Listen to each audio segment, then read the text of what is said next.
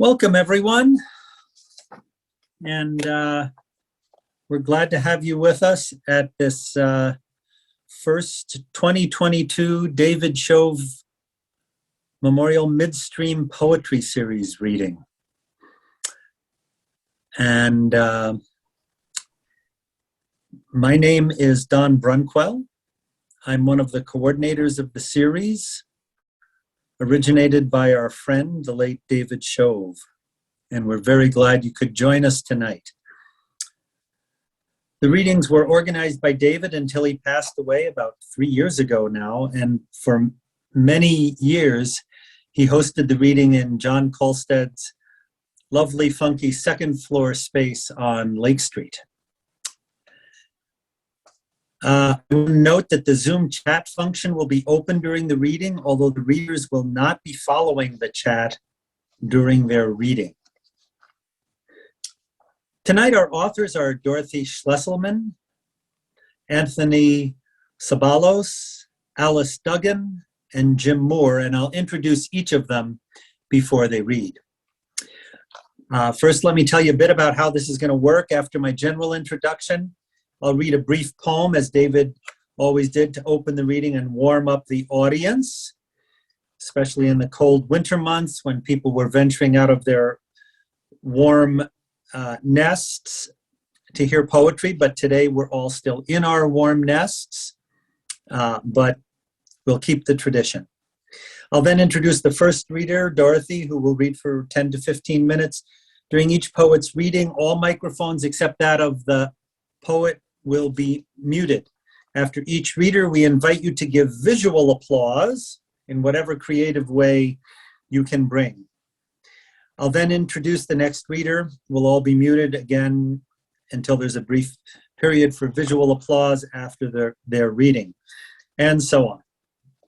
And I invite you to stick around for 10 to 15 minutes after the reading for our free-form open mic Zoom meeting, which is always different and always interesting.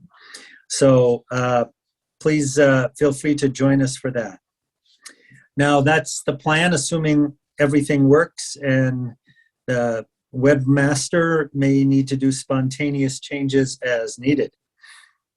And then I'll also remind you that tonight's reading will be available in about 2 to 3 days on the Midstream website, which you can find by Googling Midstream Poetry Series. So to start today's reading, as an invitation to settle in, I'm going to read a very recent poem called Introitus, Entrance with Many Meanings. It has an epigraph, which is a quote from the introit of the Roman Catholic Mass for the fourth Sunday of Advent. So, Introitus, Entrance with Many Meanings. Drop down dew, ye heavens, and let the earth be opened. The entrance is the sweetest moment, as of a mass, when the chant begins, when the call is heard, the silence is broken. As in love, first glimmer, first blush, first flush of hope. As in the moment, the blood rushes, the air swarms, dream becomes feeling.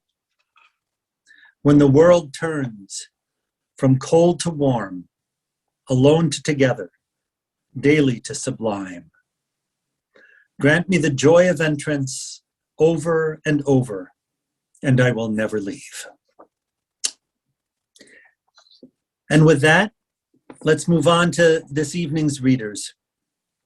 First, Dorothy Schlesselman, who is the author of a chapbook, This Wild Country, 2015, from Finishing Line Press.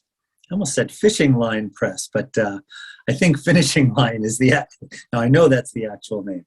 Her poems also appeared in A Little Book of Abundance, a 2016 Redbird chapbook by the Ginger Poetry Workshop, edited by Margaret Hasse.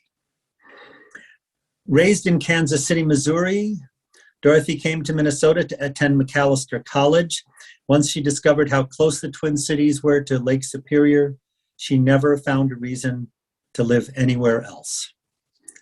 Dorothy is currently working on a new manuscript of her poems with original watercolors. Please join me in welcoming Dorothy Schlesselman.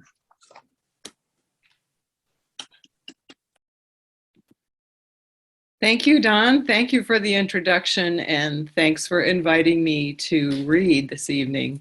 And thanks to everybody who's tuning in. I know we all look forward to when we will be back in person reading. However, a particular pleasure for me in the fact that we're on Zoom instead of in person is that I can have some family members with me who are not in the Twin Cities, joining tonight from Missouri, Oklahoma, Illinois, and New York. And also really glad to share this virtual stage with my other fellow poet readers, Anthony, Jim, and Alice, and Don.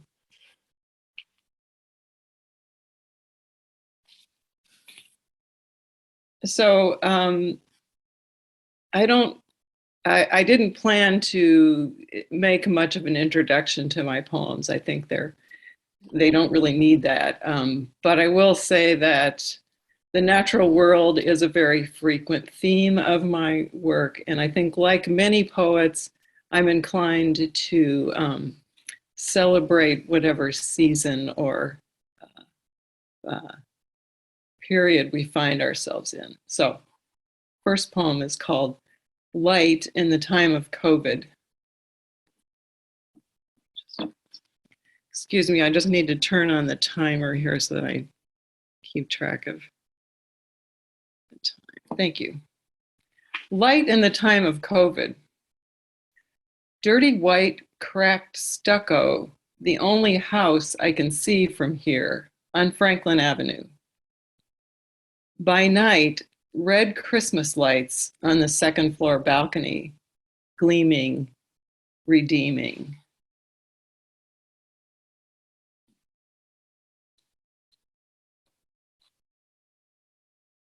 This is walking home.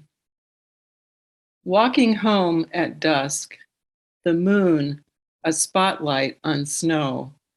Sky, not quite dark cobalt. Shadowy pines and oaks' bare branches, black against the snow. Snow reflects the deepening dusk, walking, walking.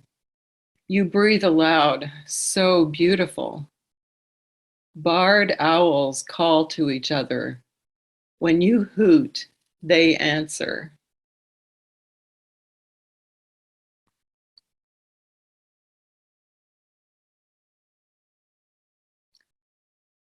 And this is garden currency.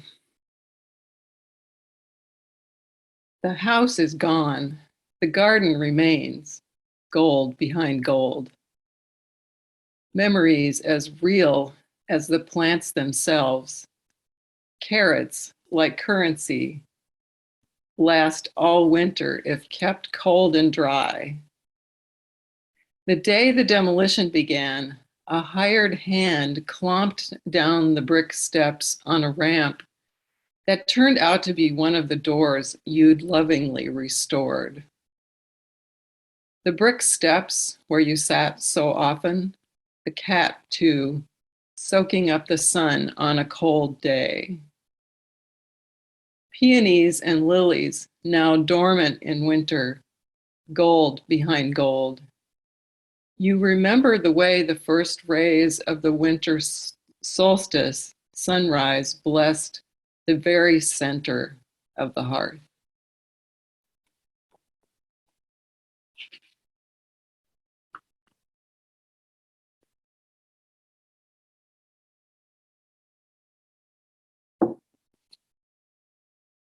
This next poem is for someone close to me who had sudden unexpected loss. It's called The Monotony of Mourning. Every day the same, a song with one note. In a dream you've forgotten, then startle awake to opaque darkness, too early even for birdsong. And it goes on and on. Every day you wake up, he's still gone. Absence, inevitable as the seasons, seasons which have nearly completed their grayed out cycle back to summer, when all this began. He's still gone. Just last week, he finally got up the nerve to show up in a dream, and you took the opportunity to tell him off, didn't you? Do you know what it's been like for me? You demanded of him, still here without you? He gave no answer. Your family forms its tight circle around you, not as protective as they hope. Your grief makes them fidget. They imagine it for themselves. Genetics might say you're destined to outlive your mates, all of you, destined to sing this song with one note.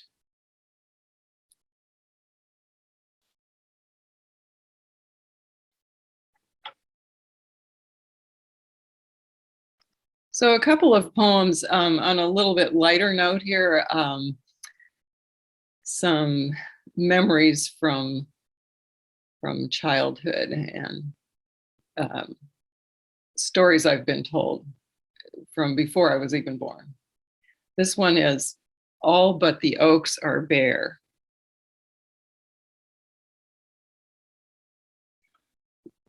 Autumn was long in Missouri, where even in November, a picnic on a ridgetop, pale sun through bare branches, or a breakfast cookout at Wynwood Lake, bacon frying over the campfire on an ordinary Saturday morning. Wild geese calling you to your future, still years away. Today's mild for Minnesota, and a white November sun suits you, as the geese knew it would. Sun through bare branches reminds you of those hilltop picnics and of those who taught you all you know.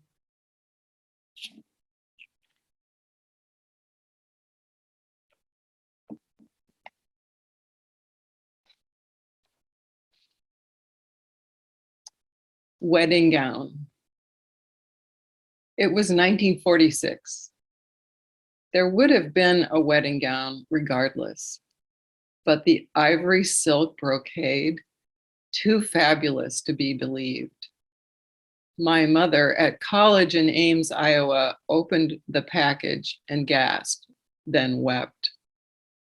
Her older sister, my Aunt Kay, worked in Minneapolis and spent her lunch breaks in department stores, hoping for the extravagant yardage for Mom's wedding gown. And when she spied it, Aunt Kay grabbed it, went running to pay. Silk, you see, was the stuff of parachutes made into almost nothing else those past 5 years, the war years. By the time I came along a few years later, everyone was still talking about the war waged at home, the rationing of meat, sugar, and coffee. Letters from the front cut to ribbons by the censors, still precious to the mothers, wives, and lovers. And they talked of my mother's ivory silk brocade wedding gown.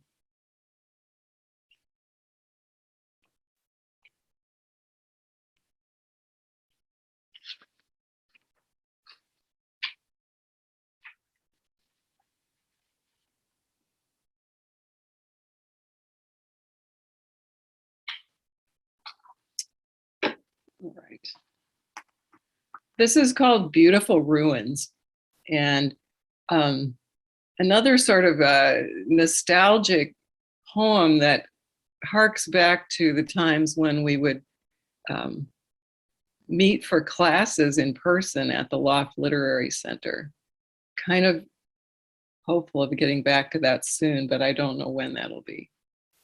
Beautiful ruins, sanctified by the word, the pen, the truth. Today, baptized by rain on a spring afternoon. What's done is done. The internet can anesthetize briefly. Then we wake to the ruins, such beautiful ruins today.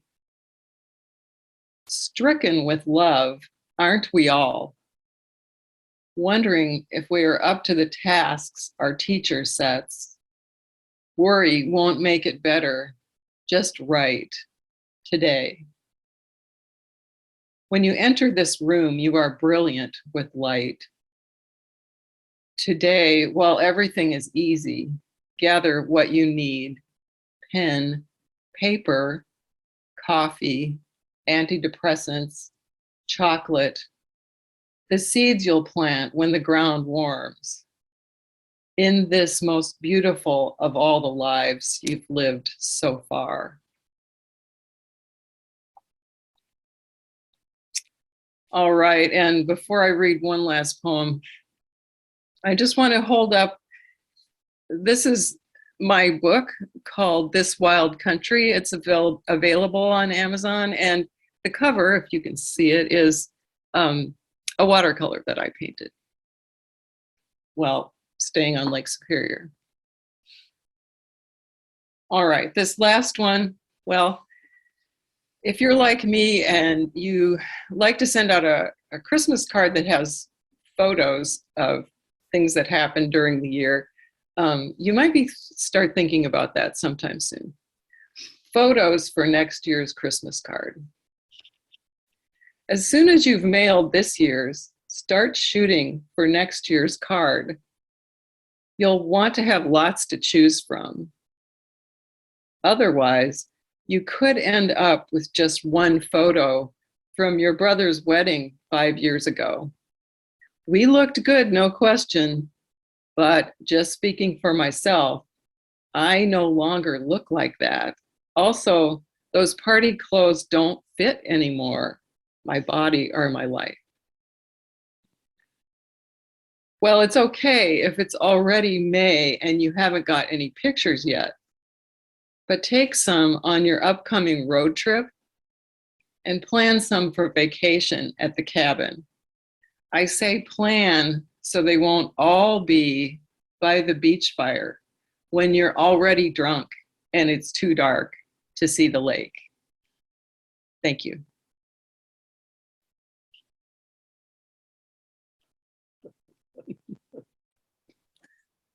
Thank you, Dorothy. And I saw everyone giving their forms of visual thanks to you. So that was Dorothy Schlesselman. Thank you again. Our next reader is Anthony Ceballos. He is a poet, writer, and turkey sandwich enthusiast.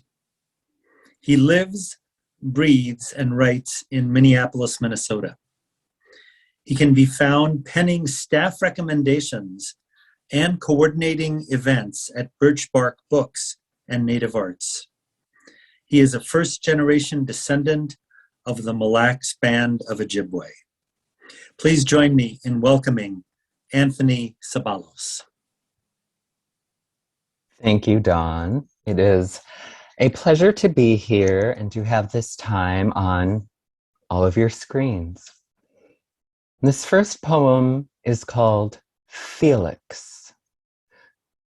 Felix the cat was a strange character to me when I was a child in the 1990s and still today.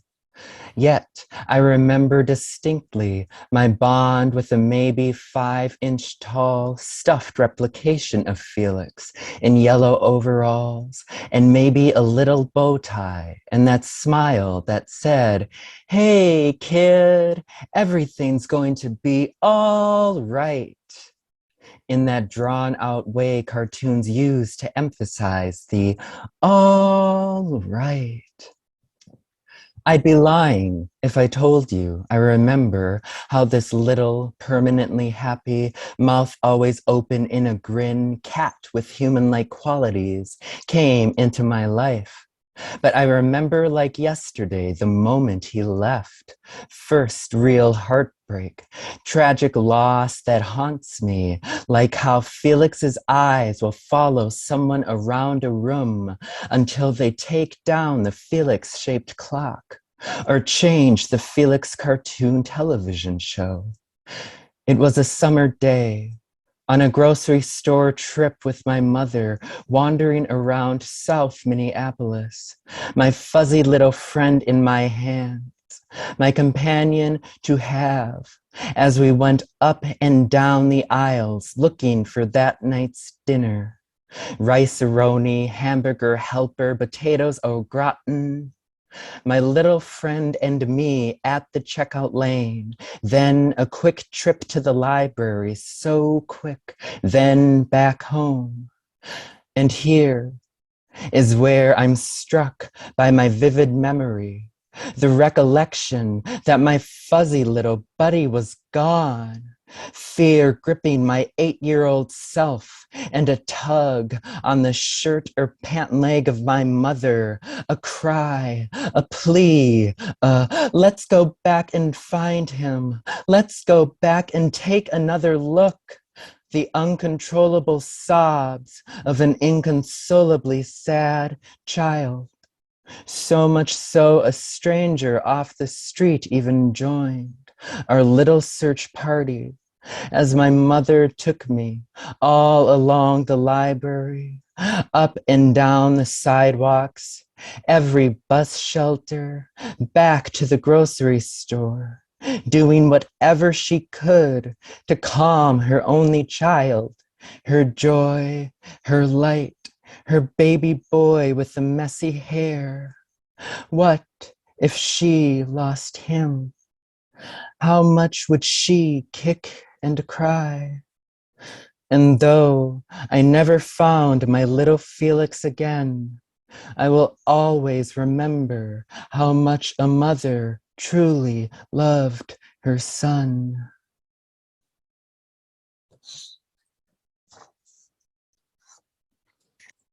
This next poem is a little bit longer, and it will be also the final one I read. It is called A Wannabe, or Wants to Be but Doesn't Know How, for my father and his brother. The father of a wannabe poet falls down the stairs one day, drunk, whiskey, gin, going, gone, fractures his neck and finds heaven or hell, or heaven or hell. His brother, not at home, rushes for the hospital, fast as he can, speed limits be damned, only to be stopped by another car head on. Crash. There goes the sound of crunching metal. Crash. There goes his brother running from police at 2 a.m. And there, on a hospital bed, hooked to a life support machine, rests the father of a wannabe. The next day, somewhere in Minneapolis, the future wannabe poet, son of a broken neck, nephew of a car wreck, sits near his single Ojibwe from Mille Lacs mother on a shea green carpet in a 2-bedroom apartment on Minnehaha Avenue. He has no idea his father is dead. He has no idea the snap of cervical vertebrae against a concrete floor has extinguished any chance of meeting the man he might have called dad. the man after which he was named, junior to a senior, echo of a life torn apart, drowned by the cold fingers of unbottled spirits. I am not a good poet, I will tell you. Sitting at a keyboard in the year 2020, still in Minneapolis, still wondering what my dead dad's voice might have sounded like, trying to write the feeling of never meeting him out of my bones, my blood, my nervous system. No, I am not a good poet. Is poetry synonymous with person? If I am not a good poet, am I a bad person? And even worse, son? Wannabe, a wannabe father, wannabe poet, wannabe member of society, good friend to few, wannabe book snob intellectual, wanna learn a new language but don't think I ever will, cause I wanna have a better attention span but can't afford the pills, wanna handle money better but I never had any to begin with, wanna be a better Ojibwe but I'll never be enrolled, call it quantum physics, wanna be a man's man, but my hair is too long. Wanna be a glamorous actress, but my height is too short. My heels too low. Wanna be an astronaut, but my spaceship is made of cardboard and I am afraid of dying in the dark. Look at Earth. It's getting smaller. Look at Earth, it's getting further away. Look at me, I'm out of oxygen. Look at me, I'm floating away. Look at my mother, her cancer is gone, but she lost her home. Look at my grandmother making fried bread in heaven. My grandpa giving me $5.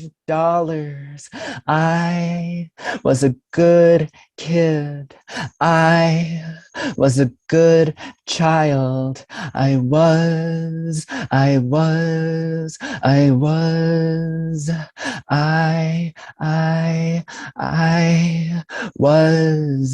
is a noun. I was nothing.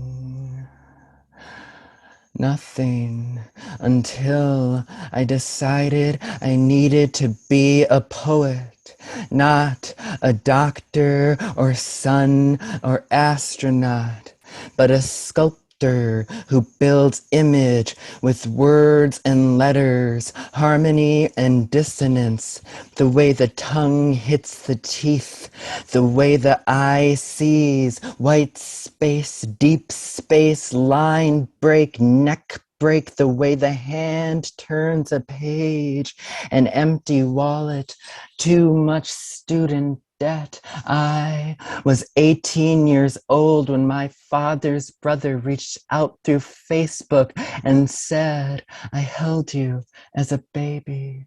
And 29 years old when I asked him for my first $100 because I was hungry, tired, between paychecks, and he said yes, without exception, because I was his nephew, and he told me I never had to explain myself to him. And maybe he'll never read this poem. That's okay. And maybe I'll never know what it's like to not be poor. I accept this reality, except I will live the rest of my days without a father, because sometimes life is cruel. But this man I call uncle helps me when I need it, and for that I am thankful. Sometimes I wonder if he hopes his dead brother is watching from somewhere beyond the clouds and sun, comforted by the fact his only boy is taken care of. A way of saying, I'm sorry for not breaking your fall. A way of reconciling a past he'll never escape. He still has his brother's back. He says he has his nephew's back. He hides the bang, bang, bang of a cracked heart, trying to escape his chest, catching his throat. He feels a bone begin to snap.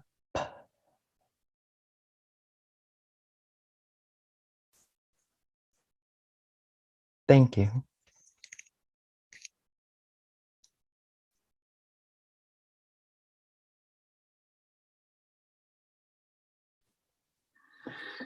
Anthony, thank you so much for that very moving reading. So that was Anthony Ceballos, not a wannabe poet.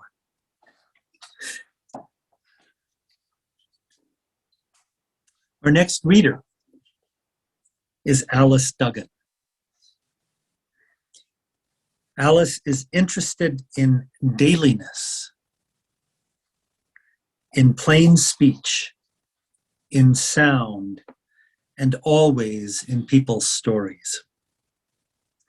Poems by Alice Duggan have appeared in the Tar River Poetry, Alaska Quarterly Review, Poetry East, Waterstone Review, Sleet Magazine, and elsewhere. Her chapbook, A Brittle Thing, is from Green Fuse Poetic Arts in Loveland, Colorado. Please join me in welcoming Alice Duggan.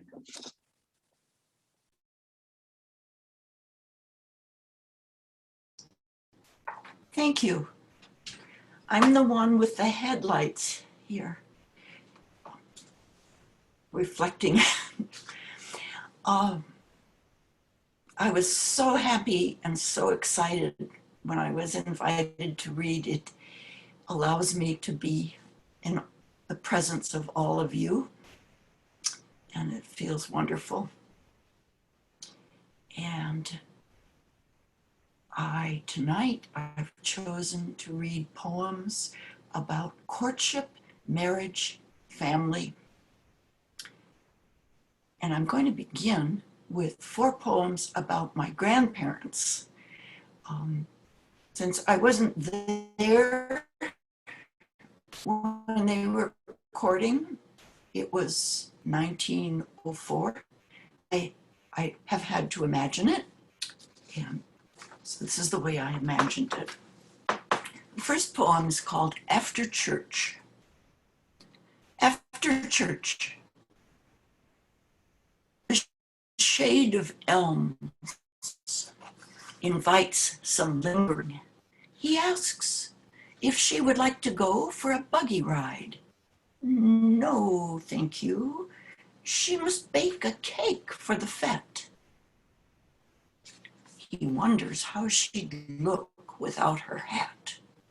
It takes 6 eggs, she says.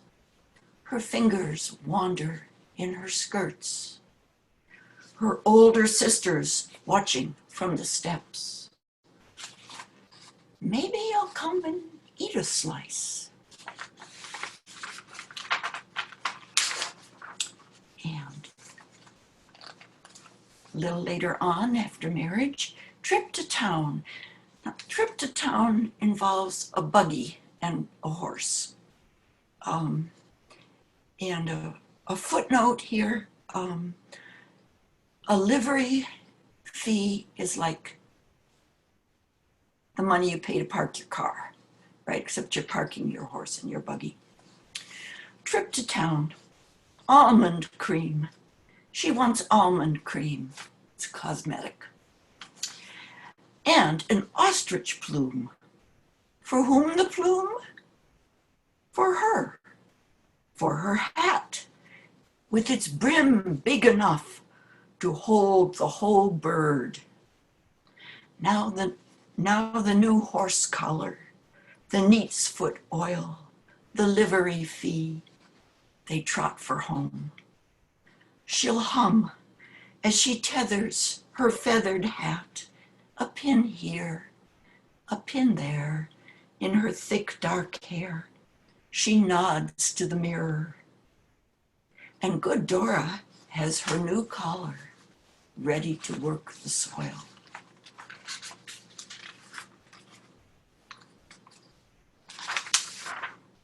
And the Hupmobile. Hupmobile was a luxury car. The Hupmobile.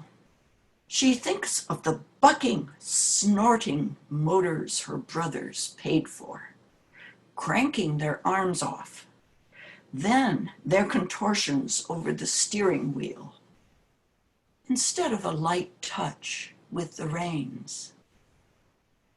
That was 10 years ago, Billy explains. All the new autos have self-starters. Horses have always started, she says. Cheaper to drive an auto, only 1/2 cent a mile. Cheaper than raising oats. We'll use one oat field for pasture. We'll milk a larger herd. She sees that he's made up his mind, but she lies awake in bed, playing a tune on the turned back sheet. I think you'll like it, he whispers. It's very quiet, very smooth. And the last one from that couple, it's called He and She. He and she. He the ledger, she the tune. He the new road, she the lane. He pitchfork, she broom sweeping in iambic pentameter. He the new Kodak film, she the long memory. He the tree that snaps in a storm, she the vine living on. Mama, Papa, she, and he. And I have a poem here about a granddaughter. At school, you get to have breast stick, the 5-year-old says. Not, I have to go to school early. My mom and dad have to work, poor me. I have to eat an institutional breakfast. I like her point of view. Me, I get to linger, gaze out the window, gather kindling. I get to decide which book today, lay my hands on one decade or another, get to find words found in the long ago, all the words free, the astonishment of it, what I get to read. At night, I get to lay the fire, and meanwhile, I get to age. I get to oil my knees, learn the design of joints, a design older than I can imagine. I have to learn evil, too. There's no help for it. All the same, I get to love you, girl child of times I won't see. And I get to hear your punchy diction when you bang P's and K's at the end of your words. And here's a love poem to libraries. books. It's called Missing Books. I remember the Central Library with its wide entrance and its drift of men, and how one approached me with his pain. "I'm so lonely," he said, and I walked by, but had time to see, yes, lonely, and his attractive red shirt. I remember the stacks and finding an older man there, my former lover, who wouldn't let me hug him, but would allow some conversation in the small section for humor with the outrageous Irish stories. A tiny boy rushed to confession in one, believed he had killed his grandfather. Oh, no, his grandmother. Things only got worse when, not knowing how to enter, he knocked the confessional over. The binding was blue. I've been wanting that book ever since. And in the children's room, The Wonderful Farm, translated from French, where creatures and children formed bonds in league against the parents, who were always the enemy, so un-American. Where is that book? And the book that made me see war as theater. I want that, and not a reprint in ugly type. They tore the Central Library down, built a new one, taller and wider. Still, the drifts of people you'll recognize float into the atrium, not there for books. I remember the man in his red shirt. How as I passed, I said, "I hope things get better." I hope I did.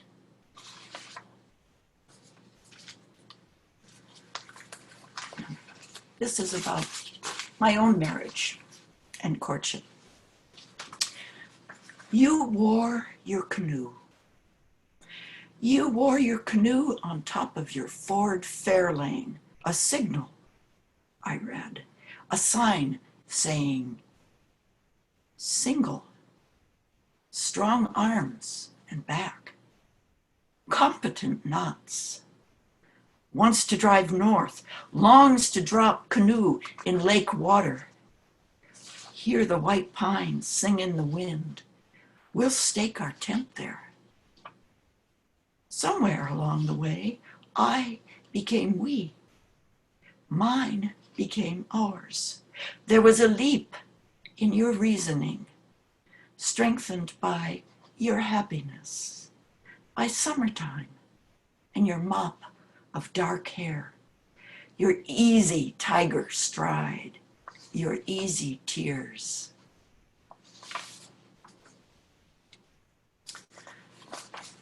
In the ninth month and after, tried Thai food and tennis, tried to loosen your hold inside me.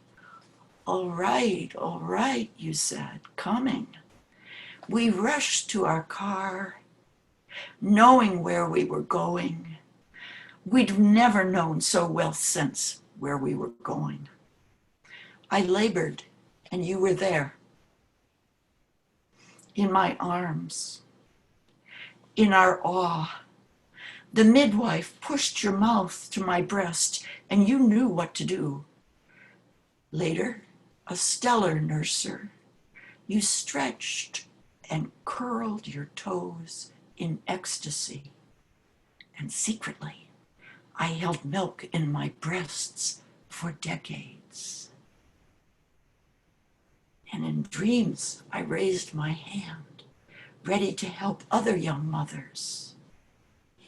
Dream milk gone now. First sign of gray in the baby's hair. Still I live on. Still I am made of an old amazement. Hey, Trish. The glass speaks. The glass speaks in two voices. Sitting half empty, too close to the edge, it will crash, scatter shards, cut your feet, wear shoes. No, it holds just enough for the light to slant through, for that flash of bloom. Put away that dustpan and broom.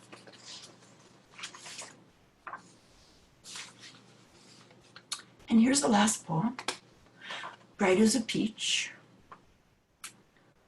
Bright as a peach in your mouth I would be if I could. Or dark and melting, chocolate and browns. What am I? An oatmeal cookie, a thin shirt and worn out shoes. We lie in bed, surrounded by years, loving the sound of the rain.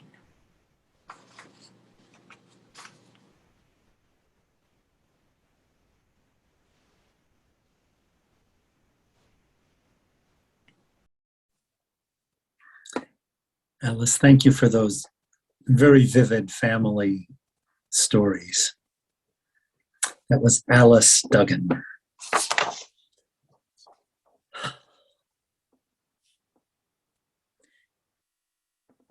Our next reader is Jim Moore. Jim Moore's most recent book of poetry is called Prognosis and was published by Grey Wolf in November of 2021. In a review in the New York Times, Daisy Freed wrote of Prognosis, Moore is preoccupied with old age, loneliness, mortality, and also with the American body politic's own failure. These are poems of arresting lyric reportage, whimsical, tragic, a touch fantastical. He lives in Minneapolis and in Spoleto, Italy, with his wife, the photographer Joanne Verberg. His poems have appeared recently in the Paris Review, the New Yorker, and the Nation. He has often taught poetry at the Colorado College and in the MFA program at Hamline University. He was one of the founders of The Loft. He is a fan of this little poem by Bertolt Brecht entitled Motto. In the dark times, will there also be singing? Yes, there will also be singing about the dark times. Please join me in welcoming Jim Moore.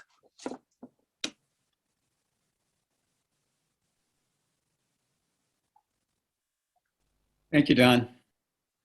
Thank you very much for that. And thank you for being one of the hosts of this amazing reading series that's been so important for many of us for so many years. It's a labor of love, and I know a lot of us really appreciate that. It's terrific to be part of a reading where there are so many different voices, kind of cross currents going back and forth. So thank you.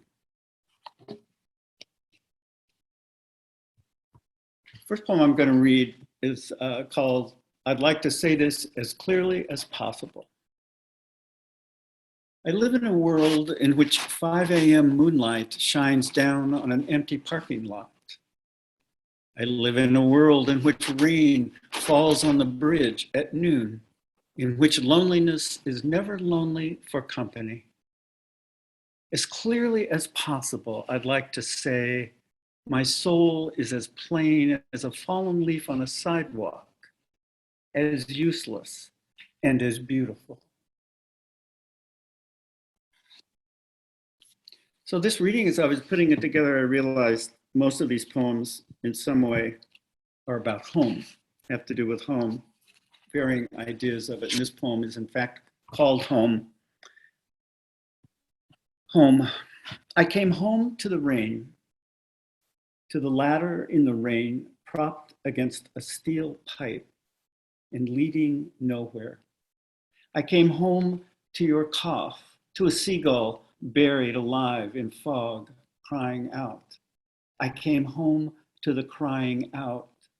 And under the earth, a train shook and groaned, carrying people through the darkness. I came home to being carried through the darkness. Each moment was the last moment, each breath, my last breath. I knew my place, and my place was resting my head against the ladder leading nowhere. I came home to the statue of the Buddha and said, as if I had a right, I want that calm. How to help but want it? Came home to Fra Angelico's half-naked man at the foot of the cross. How careful he is as he lowers inch by inch the dead Christ into our earth. All those years ago on her way out the door, Mother holding up her hand for me to fasten tight her shiny bracelet. I came home to a feather tied to the willow by the river as the little darkness of a dove flew by. I saw that. And then saw those 3 deer drinking from the river, looking up suddenly, remembering they were wild. Remembering now the last smile on my mother's face. Rest quietly and wait, my child. You will be called.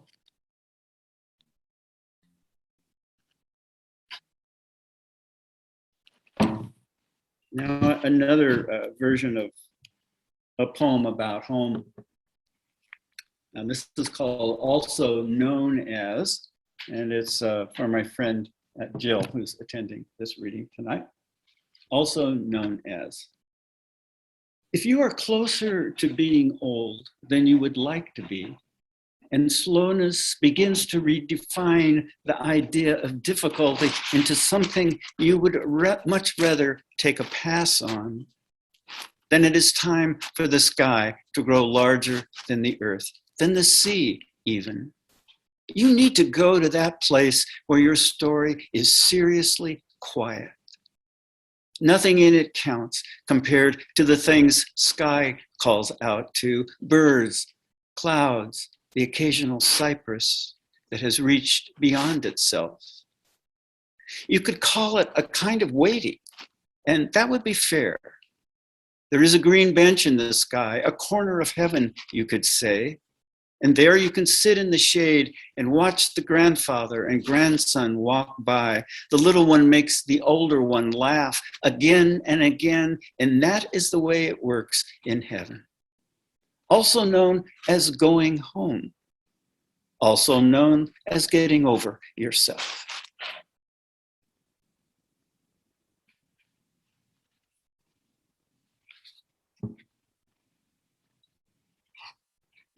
So the book is in a number of sections, and each section begins with a little poem untitled, and the first word of each of these sections is and they're short poems and short lines.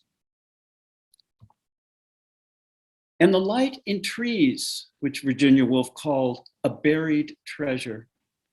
For example, Juanita in her wheelchair being pushed for the last time by George down Main in the sunlight, face tilted up, eyes closed, calling out, "Get me the fucking marijuana."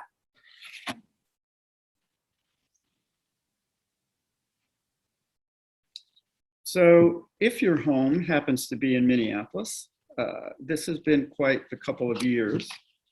And there's the pandemic, which has affected everybody. And then in Minneapolis, of course, the murder of George Floyd. I've come to have a whole new sense of what it means to be home here than I ever had before. This poem is called Minneapolis. Well, we sat in the darkness, lights out, knowing the river is nearby, knowing the bluffs, the smell of the lindens. As the darkness deepened, a new smell of burning tires, of stores smoldering.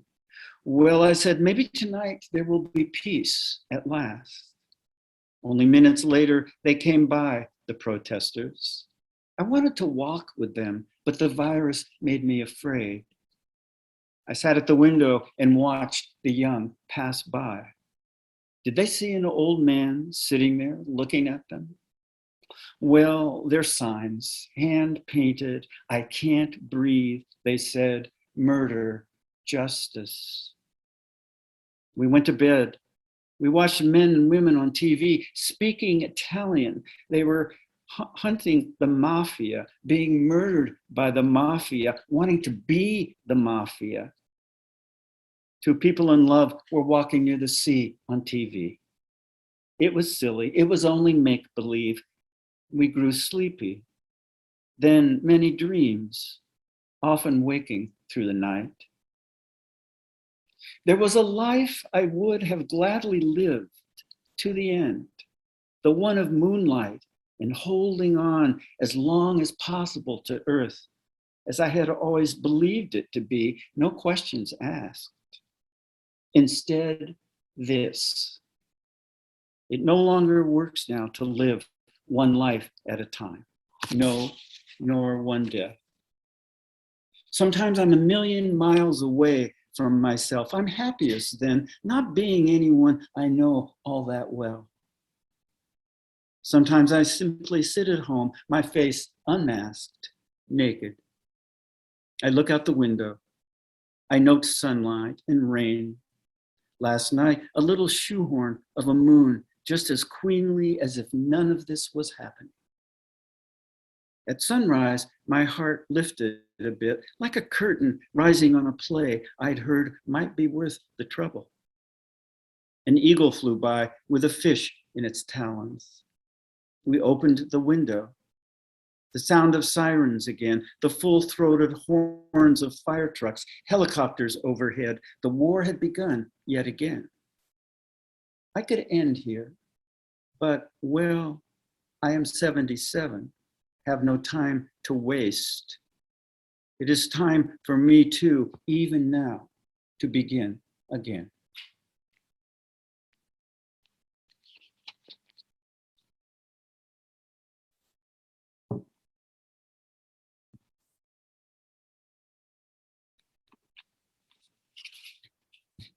By the light of two underlying conditions. It helps if you are 77 to feel shorn, as an animal might feel shorn, unburdened of its too muchness. It helps if you carry with you like two candles to light the way, two underlying conditions by which to see day passing into darkness. And it helps to listen to Beethoven's late sonatas. We are merely the keys. A music beyond our understanding plays us as it will. That screened-in porch, not far from the ocean. It is a summer night, and I am the small boy in the hammock, swaying back and forth, barely awake. One of my grown-ups carries me inside after I have fallen asleep. In the morning, it helps to wake to the sound of the waves, not quite knowing where I am or why I am there. To what now do I truly belong? Shall I call them suffering and joy, my two underlying conditions?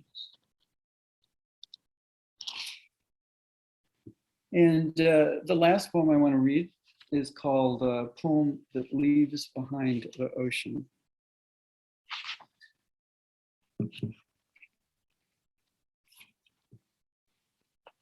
A different kind of home happens at certain moments. Thank you all for coming to hear us all tonight. Poem that leaves behind the ocean. 1, I've always wanted to write a poem that ends at the ocean. How the poem gets there doesn't much matter, just so at last it arrives. The manatee will be there we saw all those years ago, almost motionless under the water, like a pendant swaying at an invisible throat, the one my mother used to wear on the most special of occasions. My God is still there, the one I prayed to as a boy. He never answered, but that didn't keep me from calling out to him. 2. I turn off the notification app for good, no longer needing to know exactly how many gone. After all, clinging to life is what we have always done best. We are still trying to hide from the truth of things, and who can blame us? Lists don't make sense anymore, unless toilet paper and peanut butter head them. Last stage patients are not being told how crowded the ferry will be that will take them across the river. 3. We are forbidden cafes, churches, even cemeteries. Fishing by ourselves, however, is still permitted, as long as we keep nothing at all. As long as we walk back home in darkness, empty-handed, breathing deeply, having thrown back what was never ours to keep. Thank you.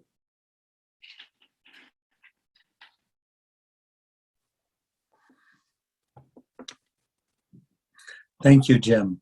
Thank you so much.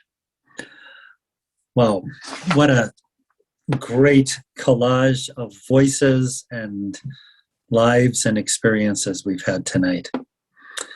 It's just wonderful.